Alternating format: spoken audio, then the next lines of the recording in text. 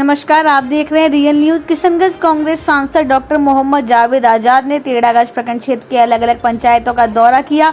स्थानीय लोगों से मिलकर लोगों की जन समस्याओं को सुना, संबंधित विभाग से बात कर लोगों की समस्याओं का समाधान करने का आश्वासन दिया। इस बीच सांसद डॉक्टर मोहम्मद जावेद आजाद के साथ बहादुरगंज राजद विधायक अंजार नईमी मौजूद थे। सांसद एवं विधायक ने तेड़ागाछ मनरेगा भवन में कार्यकर्ताओं के साथ बैठक कर पार्टी को मजबूत एवं आधार बनाने को लेकर पार्टी के कार्यकर्ताओं के साथ चर्चा किया। पार्टी के कार्यकर्ताओं ने सांसद को क्षेत्र के जन समस्याओं की जानकारी दिया। सांसद ने सभी समस्या का समाधान करने का आश्वासन दिया। मालूम हो कि लोकसभा चुनाव के बाद पहली मर्तबा क्षेत्र का दौरा कर रहे हैं सांसद डॉक्टर मोहम्मद जावेद आजाद। साथ रहे विधायक अंजार नईमी, सांसद प्रतिनिधि हसनैन रजा, पूर्व जिला पार्षद शौकत अली, प्रखंड अध्यक्ष जयप्रकाश गिरी, विधायक निजी सहायक गुलाम सरवर, सांसद प्रतिनिधि एहसान आलम, परवेज आलम, राजद प्रखंड अध्यक्ष दानिश आलम, मुश्ताक शमसी, पूर्व मुखिया निजामुद्दीन, जिला परिषद प्रतिनिधि अकमल शमसी, शौकत आलम, मुखिया अतर इत्यादि जनप्रतिनिधि कार्यकर्ता उपस्थित थे। मंजार आलम की रिपोर्ट।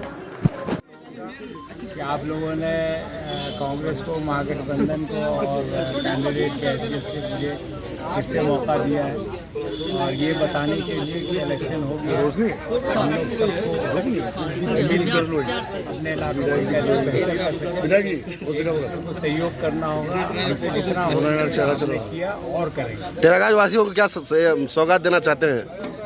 जब देंगे तब बता पाएंगे, लेकिन हम तेड़ागाछ वासियों से हमने आग्रह किया है कि जो जो हमारे लायक काम है आप बेझिझक हमको बताएं। हमारी तरफ से पहल होगा, हमारी तरफ से कोशिश होगा। पिछले साल में जितना हमने काम किया है, रेलवे आपके यहाँ ले आए और भी कई सड़कें और पुल वगैरह ले आए और भी बहुत काम। लोधावाड़ी पुल का सर शिलान्यास किए थे। सब होगा इसी 5 साल में। बहुत बहुत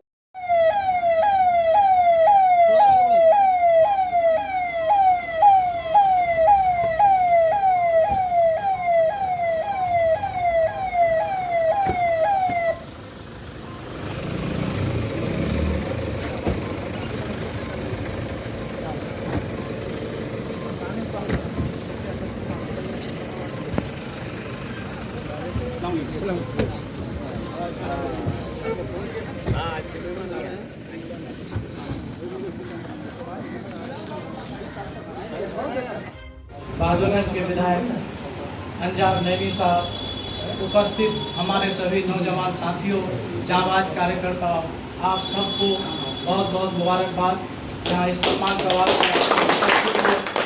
और सबसे पहले तेड़ागाछ की आवाम की तरफ से मैं सांसद जी को मुबारकबाद देता हूँ और सांसद जी की तरफ से तेड़ागाछ प्रखंड के तमाम मतदाताओं को दिल से मुबारकबाद देता हूँ कि आप सब अपनी कड़ी मेहनत के साथ दूसरी और हम लोग जो इलेक्शन में जो भी काम किए हम लोग का कामयाबी रहा और हमारे माननीय सांसद साहब जीते भी और दूसरा बार भी जीते।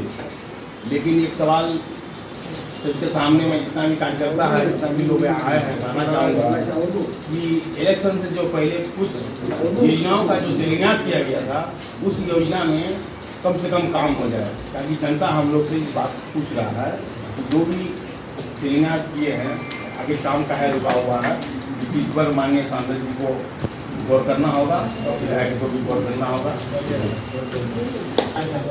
साथ में विधायक जी का भी बहुत हम लोगों ने जो तेजस्वी जी हों या और भी हमारे जो गठबंधन लेफ्ट के जितने भी नेता हैं, सारे लोगों ने जो मिल करके जो सरकार चलाया और उसमें जितना भी एम्प्लॉयमेंट पूरे हिंदुस्तान में हम नहीं समझते हैं कि उतना लोगों को नौकरी दी गई होगी। 5 लाख लोगों को नौकरी दी गई।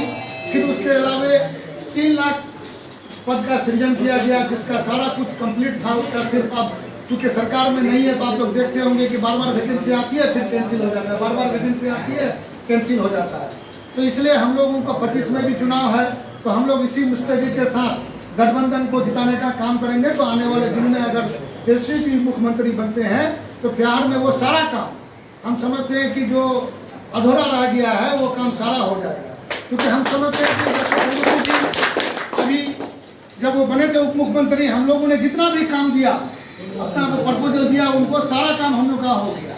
तो जिसका अभी बता रहे थे मुखिया जी के काम भाई शिलान्यास हो गया है, उसमें कुछ प्रक्रिया होता है कि एग्रीमेंट करना होता है। एग्रीमेंट करने के बाद अभी बरसात का भी टाइम है, क्योंकि पुल का काम है और ये सारा काम होगा। जितना शिलान्यास हो गया है उसके अलावा और बहुत सारा काम है जो आपका अभी जी सीधे बागडोगरा से चरागाह जा रहे किसमें नहीं गए, डेरा नहीं गए, सीधे मसरूफियत की वजह से इलेक्शन जीतने के बाद से चरागाह नहीं आ पाए थे। हम लोग भी समझ रहे थे क्योंकि आजकल इनके ऊपर पूरी कांग्रेस पार्टी जितनी बड़ी जिम्मेदारी दिया है, अब हम लोगों को बहुत ज़्यादा अपेक्षा क्षेत्र में इनसे नहीं रहेगा, क्योंकि ये पूरे हिंदुस्तान के 4 लोग जो पार्लियामेंट में नीति निर्धारण करते हैं, सरकार के विरुद्ध में आवाज़ उठाते हैं और जो पॉलिसी लेके आते हैं सरकार के गलत कानून को नाफिज करने से रोकने के लिए, उसकी एक अहम जिम्मेदारी जो राहुल गांधी की 4 लोगों की टीम है, उसमें एक सदस्य हमारे सांसद जी हैं और ये काबिल फ़ख्र है और पूरे बिहार के लिए, और हम तो कहेंगे कि उत्तर भारत के लिए ये बहुत गर्व की बात है कि इतना बड़ा मुकाम से नवाजा गया है और लोग आपके मुरीद होते चले जा रहे हैं। इंशाअल्लाह 5 साल आपसे बहुत तवक्को है, मगर हम लोगों से ज़्यादा कहीं तवक्को आप पर पूरे हिंदुस्तान के अवाम का है और पूरे हिंदुस्तान के अवाम आपकी तरफ देख रही है और मैं पूरी उम्मीद करता हूं कि आप उनके उम्मीदों पर खरा उतरेंगे। बहुत बहुत शुक्रिया। के बीच में आ भी सकें और काम भी कर सकें और मेरी गुजारिश है कि हम लोग को समझना होगा कि सरकार या एमएलए एमपी कितना इम्पोर्टेंट है। भले ही आप में से कुछ लोगों को आपका कैंडिडेट ना पसंद हो, लेकिन हम लोग को देखना दिल्ली हो, पूरे हिंदुस्तान के नक्शे में हम लोग की कैसी तरक्की हो या हम लोग कैसे सब लोग मिलजुल के आगे बढ़ें, उसके लिए सोचना होगा। खास करके ऐसे वक्त में जब हिंदुस्तान की हुकूमत जो है एक तरफा जा रहा है, पूंजीपतियों के ये बांटने की राजनीति सिर्फ इसलिए है कि हिंदुस्तान के लोगों का दौलत और उनका जो हिस्सा है वो छीन के अमीर लोगों के लिए। आप देख रहे हैं अभी फिर भी सुन रहे होंगे कि टीवी में इल्ज़ाम है। हमारी मांग है कि भाई उसकी जांच हो। जांच में तो कोई गुनाह नहीं है, जांच में साफ सफाया पता चल जाएगा कि सही मायने में जो इल्ज़ाम लगाया गया है वो सच है या नहीं। वो भी नहीं करना चाहते, तो जानते हैं कि उन्होंने चोरी की है। तो अभी बहुत मुश्किल दौर से हिंदुस्तान की राजनीति चल रही है, लोग परेशान हाल है, नौकरियां नहीं मिल रही है, हमारे बच्चे पढ़ने लायक हैं, पढ़ना चाहते हैं, लेकिन उसके लिए स्कूल कॉलेजेस नहीं है। ये के बारे में जानते ही हैं, पिछले 5 साल से लगातार हम लोगों ने आवाज़ उठाई, पहल किया। नीतीश कुमार से 10 एकड़ बगल में ज़मीन मांगा, वो तक नहीं दिया। और अभी आपने देखा कि वक्फ का कानून, आप जानते हैं वक्फ का कानून क्या है? वो लोग चाहते हैं कि वक्फ की ज़मीन आपकी हत्या के अपने पूंजीपति को देती है। जो हमारे पूर्वजों ने गरीब मिस्किनों के लिए रखा है कि मस्जिद चले, मदरसा चले, गरीब बच्चे पढ़ सकें, ईदगाह हो या उससे कुछ इनकम हो के गरीब और मिस्किन लोगों के लिए इस्तेमाल हो, वो हड़प लेना चाहते हैं। और ये ज़मीन है 8.5 लाख एकड़ बनी लगभग, तो अंदाज़ा लगा सकते हैं पूरा किशनगंज जिला से भी बड़ा हो जितनी ज़मीन। इससे ज़्यादा ज़मीन सिर्फ 2 ही इदारे को है, एक आर्मी को है और एक रेलवे को है, और किसी को नहीं। तो ये हड़प लेना चाहती है। ये तो शुक्र है कि आप लोगों के वोट से एक वोट और गिनती में आ गया कि वो अभी फिलहाल कानून रुका हुआ है और उसमें हम लोग बहस करेंगे और कोशिश करेंगे कि ये कानून लागू ना हो। तो इस तरह की चीज़ें हैं जो थोड़ी सी गड़बड़ी से जो है तकदीर बदल जाती है समाज की और इलाके की। इसलिए अब जब भी इलेक्शन हो, आइंदा इलेक्शन होगा, आपने 4 साल पहले देखा होगा कि जोश में हम लोग इधर उधर चले गए और हमारी सरकार नहीं बन के फिर नीतीश की सरकार बना दी बीजेपी के साथ। अभी फिर वो चाहते हैं कि हम लोग फिर बढ़ जाएं, नया पार्टी भी आ रहा है।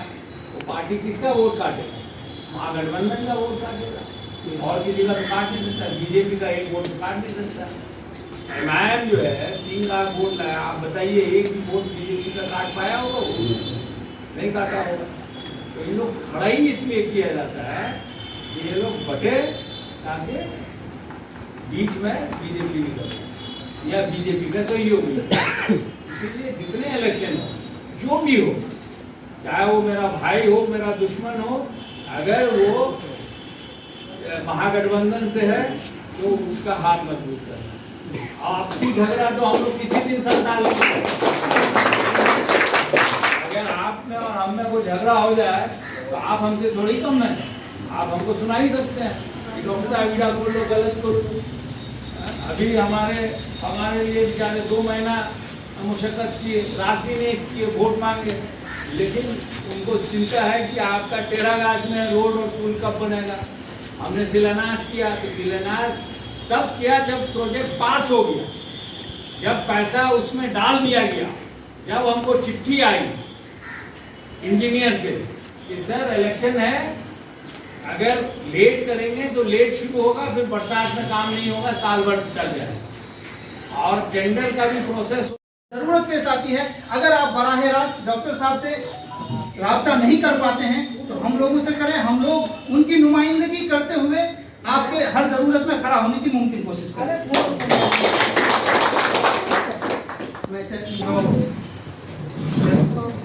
कानून लेके आने का काम किया, उसके विरोध में जो सदस्य कमेटी बनाई गई है जेपीसी की, उसमें भी हमारे सांसद जी का नाम है उनमें।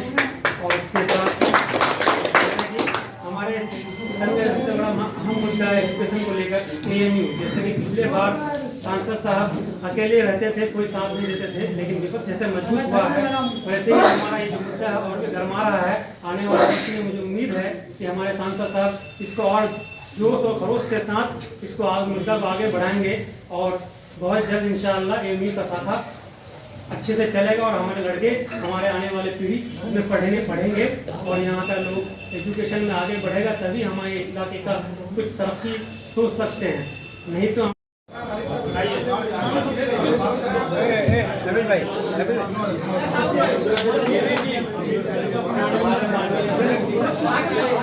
अभी